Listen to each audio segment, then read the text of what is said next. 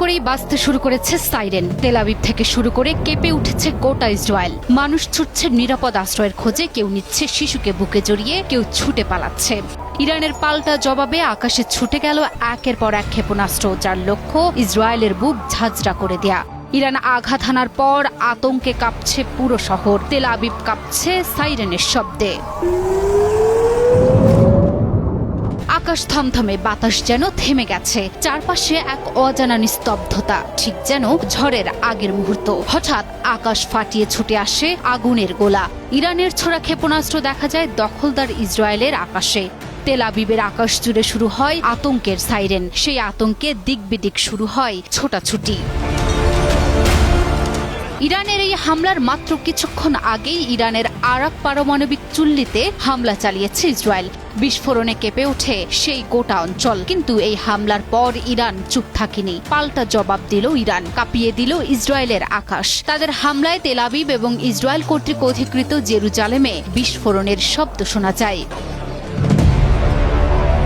ইরানের ছোড়া ক্ষেপণাস্ত্র সরাসরি আঘাত হানে মধ্য ও দক্ষিণ ইসরায়েলের 4টি গুরুত্বপূর্ণ স্থানে। 3টি আঘাত হানে গুশদান এলাকায়, যা বৃহত্তর তেল আবিব অঞ্চলের ঘন বসতিপূর্ণ ও বাণিজ্যিক এলাকা। ফলনে একটি ভবন ধসে পড়ে, বহু মানুষ আহত হয়। চারপাশে শুধুই ধ্বংসস্তূপ আর ধোঁয়া। আরেকটি ক্ষেপণাস্ত্র গিয়ে আঘাত হানে দক্ষিণ ইসরায়েলের বেরশেভা শহরের সোরোকা হাসপাতালের কাছে। সোরোকা হাসপাতাল ইসরায়েলের একটি অত্যন্ত গুরুত্বপূর্ণ ও বড় হাসপাতাল। যদিও হাসপাতালটি সরাসরি লক্ষ্যবস্তু ছিল না, তবে এর পাশের একটি ভবনে আঘাত হানার কারণে হাসপাতালের ব্যাপক ক্ষতি হয়েছে। টাইমস অফ ইসরায়েলের সংবাদপত্রের প্রকাশিত ছবিতে হাসপাতালের ক্ষয়ক্ষতির পরিমাণ দেখানো হয়েছে। ক্ষেপণাস্ত্র হামলার কারণে হাসপাতালের একটি ছাদ ধসে পড়েছে। প্রাথমিক তথ্য অনুযায়ী এই হামলায় 47 জন পর্যন্ত আহত হয়েছেন। হতাহতের এই সংখ্যা আরও বাড়তে পারে বলে আশঙ্কা করা হচ্ছে। ইরানের সাম্প্রতিক ক্ষেপণাস্ত্র হামলায় তেল আবিব জেলার ব্যাপক ক্ষয়ক্ষতির পাশাপাশি হতাহতের ঘটনা ঘটেছে। এই মুহূর্তে ইসরায়েলের আকাশে ধোঁয়া আর আতঙ্ক।